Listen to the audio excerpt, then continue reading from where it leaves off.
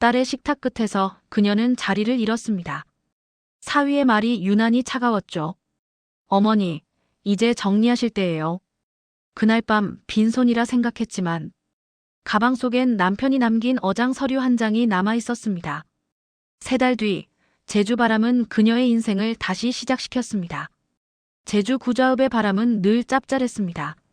새벽 5시 오하자는 바닷가를 향해 걸었어요. 젖은 모래 위로 고무장화를 끌며 걷는 그녀의 발걸음엔 습관이 배어 있었습니다.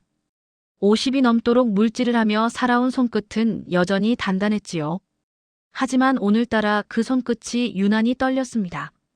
어제 저녁 딸 은지와 사위 상민이 집에 찾아왔습니다. 바다에서 막 들어온 화자는 그들의 표정이 심상치 않다는 걸 단번에 알아차렸어요. 상민이 깍듯한 말투로 말을 꺼냈습니다. 어머니, 이제 연세도 있으시고 요양시설 들어가시면 어떨까 해요. 요즘은 시설도 깨끗하고 편하답니다. 그 말이 끝나자 방 안의 공기가 무겁게 가라앉았습니다. 은지는 괜히 숟가락을 놓으며 덧붙였죠. 엄마, 혼자 사는 거 위험하잖아요. 우리도 걱정돼서 그래요. 그 말의 속뜻을 화자는 모를 리 없었습니다. 결국 이 집을 팔고 정리하자는 이야기였죠. 그날 밤 그녀는 잠을 이루지 못했습니다. 바람이 지붕을 스치는 소리, 마당의 대문이 덜컥거리는 소리가 모두 불안의 신호처럼 들렸습니다. 이 집은 단순한 벽돌집이 아니었습니다. 남편이 세상을 떠나기 전 마지막으로 손수 고친 집이었고 그와 함께 담근 장독들이 남아있는 곳이었으니까요. 새벽녘 화자는 일어나 장독대 앞으로 갔습니다.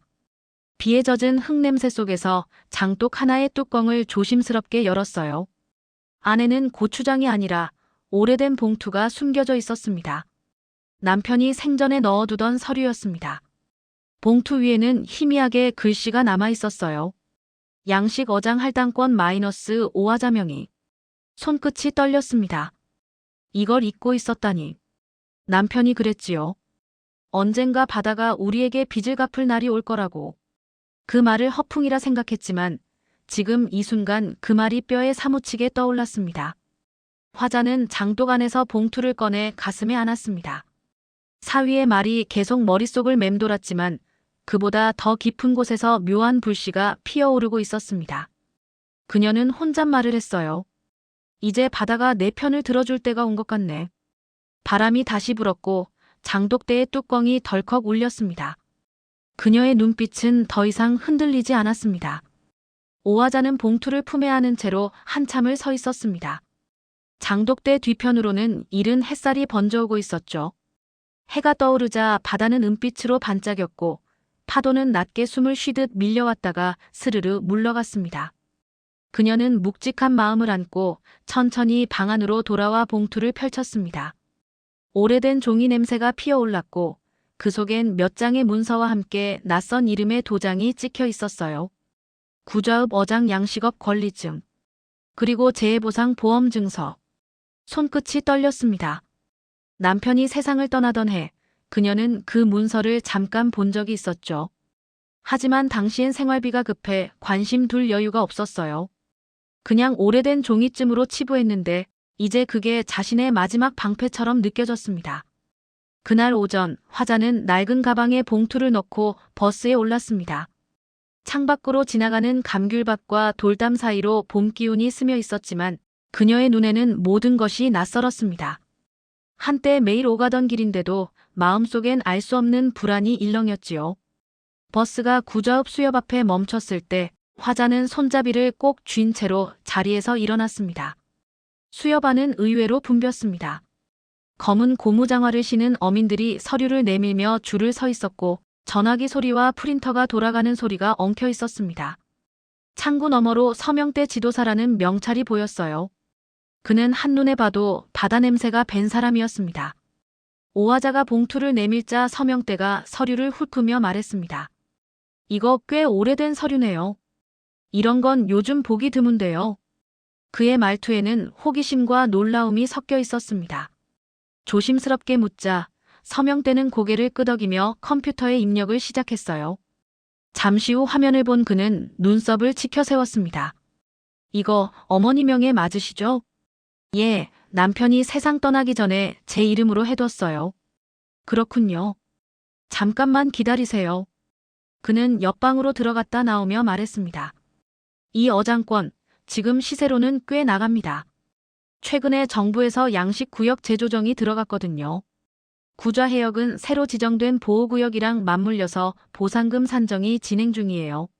화자의 손이 미세하게 떨렸습니다. 보상금이라니요? 그는 웃으며 설명했습니다.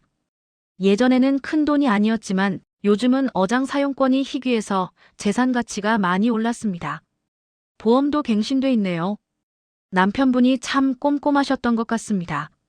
그 말을 듣는 순간 화자의 눈가가 젖었습니다.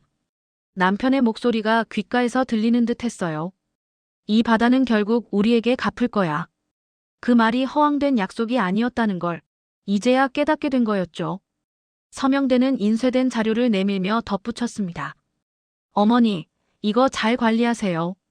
지금 정리만 잘하시면 새 양식 보상금이나 이전 보조금도 받을 수 있습니다. 필요하시면 제가 아는 행정사분도 소개해 드릴게요. 그녀는 연신 고개를 끄덕이며 서류를 품에 안았습니다. 수협을 나와 햇살 속으로 걸어 나오니 바람이 얼굴을 스쳤습니다. 조금 전까진 차갑게만 느껴지던 바람이 이제는 따뜻하게 불었어요. 오랜 세월 바다에 쏟은 땀과 시간, 그리고 남편의 기억이 이 순간 되살아나는 듯 했습니다. 버스를 기다리며 석양빛이 비친 바다를 바라보던 화자는 손끝으로 봉투를 쓰다듬었습니다. 그리고 아주 조용히, 그러나 단호하게 중얼거렸습니다. 이제 내 인생은 내가 지켜야겠어요. 누구에게도 빼앗기지 않겠습니다. 그녀의 눈빛은 더 단단해졌고 머릿속엔 이미 내일 해야 할 일들이 그려지고 있었습니다. 어디부터 시작해야 할지, 누구에게 먼저 물어봐야 할지. 불안보다 앞선 건 생전 처음 느껴보는 의지였습니다. 바다 위로 갈매기 몇 마리가 날아올랐습니다. 그녀의 마음도 그 새처럼 높이, 그리고 멀리 날아가고 있었죠. 오늘부터 그녀의 하루는 달라질 것입니다. 이제 오화자는 누군가의 어머니나 아내가 아니라 자신의 이름으로 살아가는 사람으로 다시 태어나려 하고 있었습니다. 오화자는 새벽 5시 장독대 앞에 섰습니다. 밤새 불던 바람이 잦아들고 하늘은 잿빛으로 물들어 있었어요. 그녀는 손에 들린 서류철을 꼭 쥔 채로 숨을 고르며 생각했습니다. 오늘은 반드시 끝을 내야겠다고요. 지난 사흘 동안 방문정과 함께 신탁 신청서를 작성했습니다. 서류마다 이름을 또박또박 적을 때마다 손끝이 떨렸지만 그 떨림 속에는 두려움보다 확신이 컸습니다. 이제 누가 뭐라 해도 내 재산은 내 이름으로 지켜지겠죠. 그녀는 조용히 중얼거렸습니다. 이제 그 누구도 내 인생을 대신 계산할 수는 없어요. 그날 오전 구좌읍 마을회관엔 회의가 잡혀 있었습니다.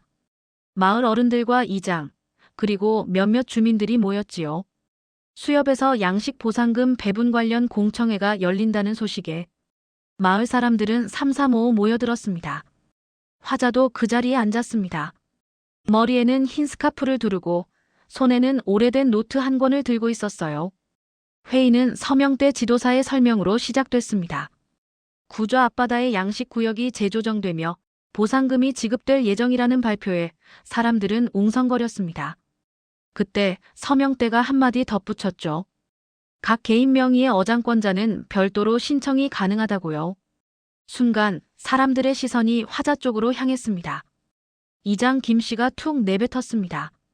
화자 씨, 그거 당신 명의라면서요? 다들 몰랐던 사실이었거든요. 화자는 잠시 숨을 고르고 천천히 일어섰습니다. 그녀의 손에는 봉투 한 장이 들려 있었습니다. 맞아요. 내 이름으로 돼 있습니다. 남편이 생전에 제 이름으로 남겨둔 거예요. 회의장은 순간 정적에 잠겼습니다. 그녀는 한 걸음 앞으로 나서며 말을 이어갔어요. 저는 이 어장권을 누구에게도 넘기지 않을 겁니다. 남편이 바다와 약속한 거니까요. 그리고 이 보상금 일부는 마을 장학금으로 내겠습니다. 우리 아이들이 배움의 길을 놓치지 않도록 쓰였으면 좋겠어요. 그 말에 몇몇 노인들은 감탄했고 몇몇은 눈살을 찌푸렸습니다. 이장이 나섰습니다. 화자 씨, 그거 가족들 허락은 받으셨습니까? 그녀는 미소를 지었습니다. 이건 제 이름으로 된 거니까요. 제 인생은 제가 결정해야죠. 그 순간 회관문이 벌컥 열렸습니다. 사위 상민과 딸 은지가 들어왔습니다. 서명대에게 전화로 소식을 들은 모양이었죠. 은지는 놀란 얼굴로 다가왔고 상민은 다급하게 말했습니다.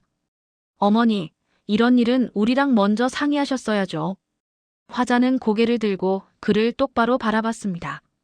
지난번에도 말했죠. 이젠 내가 알아서 한다고요. 사위의 얼굴이 굳었습니다. 그는 당황스러운 듯 주위를 둘러보았고 마을 사람들의 시선이 자신에게 쏠리자 억지 미소를 지었습니다. 은지는 울먹이며 말했습니다. 엄마, 왜 이렇게까지 하세요? 우리가 잘못했어요. 화자는 딸의 손을 잡았습니다. 너희가 잘못한 게 아니라 이제 내가 내 인생을 찾으려는 것뿐이에요. 그녀의 말에 회관안은 조용해졌습니다. 서명대가 다가와 조용히 고개를 숙이며 말했어요. 어머니, 용기 내주셔서 감사합니다. 당신 덕분에 이 마을의 규칙도 바뀔 겁니다. 회의가 끝나고 화자는 밖으로 나왔습니다. 하늘은 이미 맑게 개어 있었고 바람은 잔잔했습니다. 그녀의 머릿속은 놀랍도록 고요했습니다. 멀리서 파도가 부서지는 소리가 들렸어요. 그 소리는 마치 오래전 남편이 그녀에게 건네던 위로 같았습니다. 집으로 돌아오자 장독대 위로 햇빛이 내려앉았습니다. 그녀는 장독 뚜껑을 천천히 열고 안쪽에 남편이 새겨둔 글귀를 손끝으로 더듬었습니다. 바다는 거짓말을 하지 않는다. 그녀는 눈을 감으며 중얼거렸습니다. 그래요, 당신 말이 맞았습니다. 그리고 다시 장독을 덮으며 속삭였어요. 오늘부터 이 집의 주인은 나입니다. 내 이름, 내 인생, 내 족보. 바람이 불어왔지만 이제는 흔들리지 않았습니다. 그녀의 눈빛엔 결심의 빛이 번져 있었습니다. 며칠째 비가 내렸습니다. 하늘은 잿빛으로 가라앉았고 바다는 검은 유리처럼 반짝였어요. 오화자는 부엌 창가에 앉아 커피 한 잔을 들고 있었습니다. 탁자 위엔 수협에서 받은 신탁 등록증이 놓여 있었죠. 그 종이 한 장이 이렇게 묵직하게 느껴진 적은 처음이었습니다. 그녀는 조용히 그 위에 손을 올렸습니다.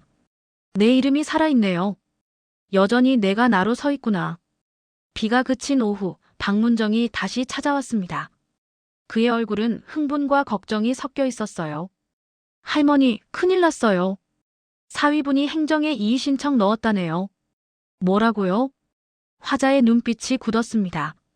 그는 서류를 내밀며 말했습니다. 가족재산 공동관리 요청으로 항의서를 냈답니다. 요즘 이런 경우가 종종 있어요.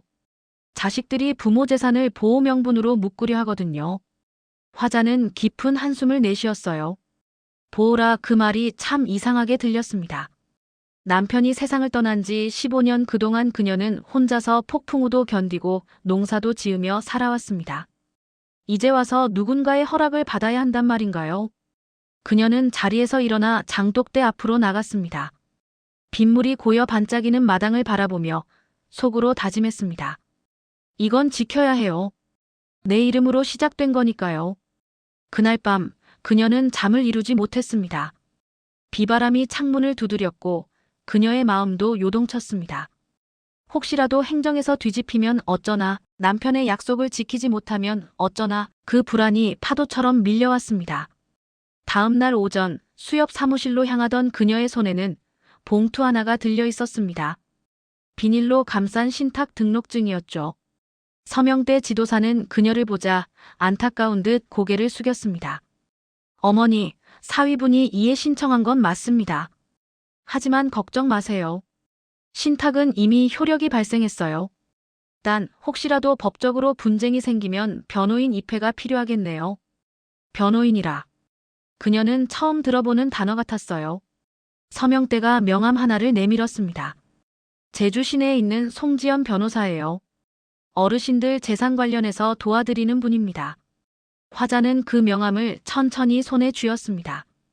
검은 글씨가 또렷이 눈에 들어왔습니다. 법무법인 은솔 대표 변호사 송지연. 그날 오후 그녀는 버스를 타고 시내로 향했습니다. 비에 젖은 도로를 달리며 그녀는 창밖을 바라봤어요. 감귤밭이 지나가고 골목마다 무릉덩이가 반사된 하늘을 비추고 있었죠. 마음 한구석이 묘하게 편안했습니다.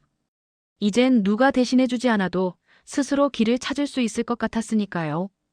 법무사무소에 들어서자 젊은 여성이 일어나 인사했습니다. 어르신, 송지연 변호사님 바로 오실 거예요. 잠시만 기다리세요. 잠시 후 또렷한 걸음소리가 들렸습니다. 송지연 변호사는 단정한 차림으로 등장했어요. 안녕하세요, 오하자 어르신. 말씀 많이 들었습니다. 화자는 긴장한 표정으로 고개를 숙였습니다. 제가 좀 바보 같죠? 이런 일은 처음이라서요. 지연은 미소를 지으며 자리에 앉았습니다. 처음이니까 어려운 게 당연하죠. 어르신은 잘하고 계십니다. 그녀는 상황을 설명했고 지연은 차분히 서류를 검토했습니다. 사위분이 제기한 이의 신청은 효력이 없어요. 신탁은 개인 명의로 이미 완료됐고 가족이 개입할 수 없습니다. 오히려 법적으로 어르신이 더 안전하십니다. 그 말을 듣는 순간 화자의 어깨가 눈에 띄게 내려갔습니다. 그녀의 눈가가 붉어졌어요. 정말 다행이네요. 지연은 따뜻하게 웃으며 말했습니다. 이제부터는 이 서류가 어르신의 방패이자 칼이 될 겁니다. 누가 뭐라 해도 이건 어르신의 이름으로 된 권리예요. 사무실을 나서는 길, 바람이 다시 불어왔습니다. 하지만 이번엔 차갑지 않았습니다. 그녀는 코끝에 스치는 바람을 맞으며 조용히 중얼거렸습니다. 이젠 내 인생을 내 이름으로 증명할 때입니다. 집으로 돌아오니 구름 사이로 햇살이 스며들었어요. 장독대 위에 떨어진 빗방울이 반짝였고 그녀는 신탁증을 다시 꺼내 장독 안 깊숙이 넣었습니다.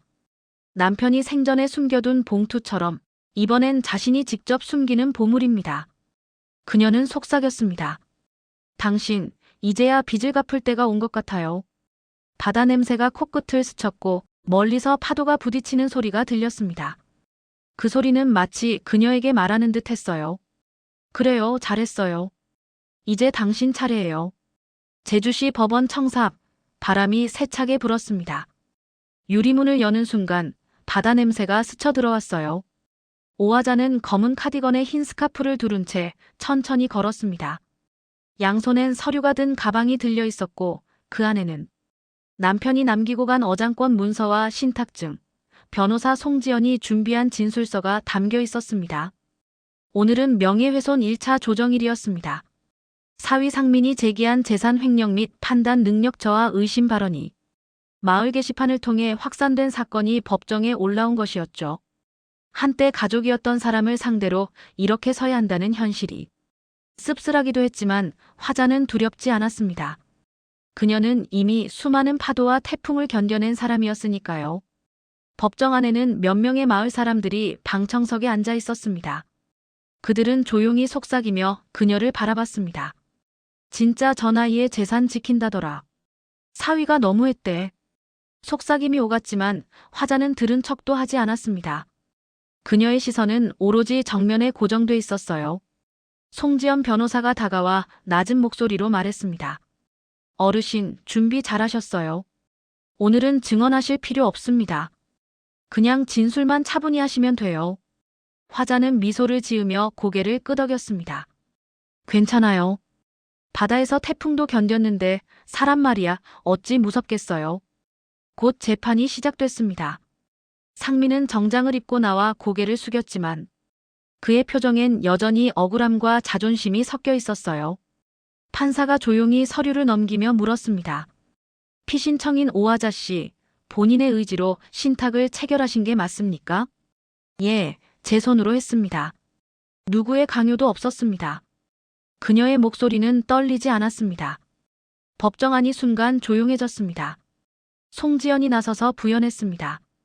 신탁 계약 당시 어르신의 판단 능력은 정상이며 본 서류는 정식 공증을 거쳤습니다. 또한 어르신 명의의 어장권은 국가 보유가 아닌 개인 권리로 상속인 동의 없이도 신탁이 가능합니다. 판사는 잠시 침묵하더니 상민을 바라봤습니다. 사위분, 추가로 하실 말씀 있습니까? 상민은 고개를 들지 못한 채 한마디만 내뱉었습니다. 제가 어머니를 걱정하는 마음이었습니다. 그의 말이 법정 안에 공허하게 울렸습니다. 화자는 조용히 그를 바라보다가 부드럽게 고개를 숙였습니다. 고마워요. 그래도 이제 내 인생은 내 손으로 살겠습니다. 조정 결과는 화자의 완전한 승리였습니다. 명예훼손 부분은 공식 사과로 마무리되고 재산 관련 이해 신청은 기각되었습니다. 재판장을 나오는 순간 그녀의 어깨에서 묵직한 돌덩이가 떨어져 나가는 듯 했어요.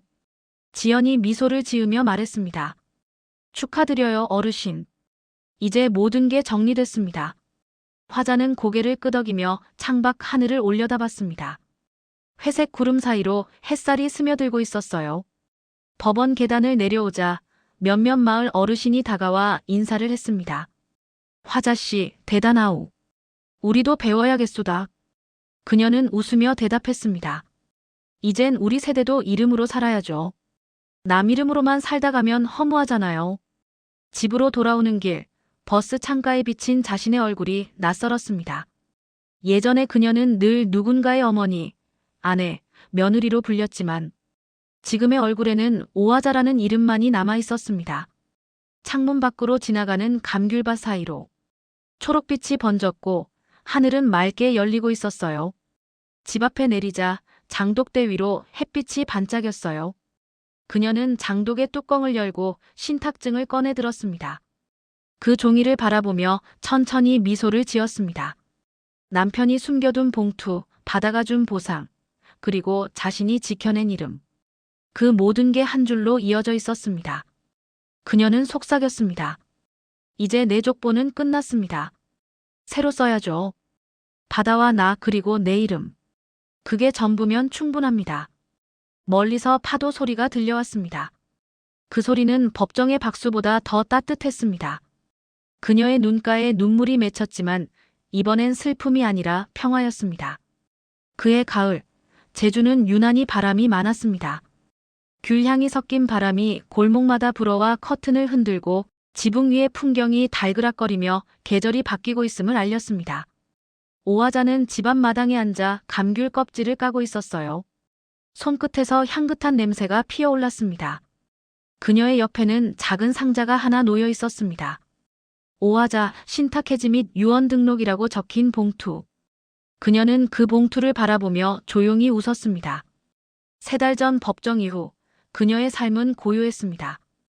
이웃들은 다시 인사를 건넸고 시장에서도 할머니 대단했어요 라는 말이 오갔습니다. 하지만 그녀는 대단하지 않았습니다. 그저 자신의 이름으로 마지막을 정리하고 싶었던 평범한 노인이었죠. 아침마다 복지관에 나가 서예를 배우고 점심엔 친구들과 도시락을 나눠 먹고 오후에는 마당에 앉아 귤을 까며 저녁 햇살을 기다렸습니다. 그 시간들이 그녀에겐 가장 평화로운 법정이자 가장 조용한 승리였습니다. 어느 날 변호사 송지연이 찾아왔습니다. 검은 바람막이를 입고 웃으며 인사했습니다. 어르신, 이제 정말 마지막이네요. 화자는 차를 내오며 고개를 끄덕였습니다. 네, 이제 제 족보를 마무리하려고요. 지연은 미소를 지으며 유언 등록 서류를 내밀었습니다. 모든 절차가 끝나면 이건 공증으로 보관됩니다. 화자는 펜을 들었습니다. 그녀의 손이 잠시 떨렸지만 이내 단단해졌습니다.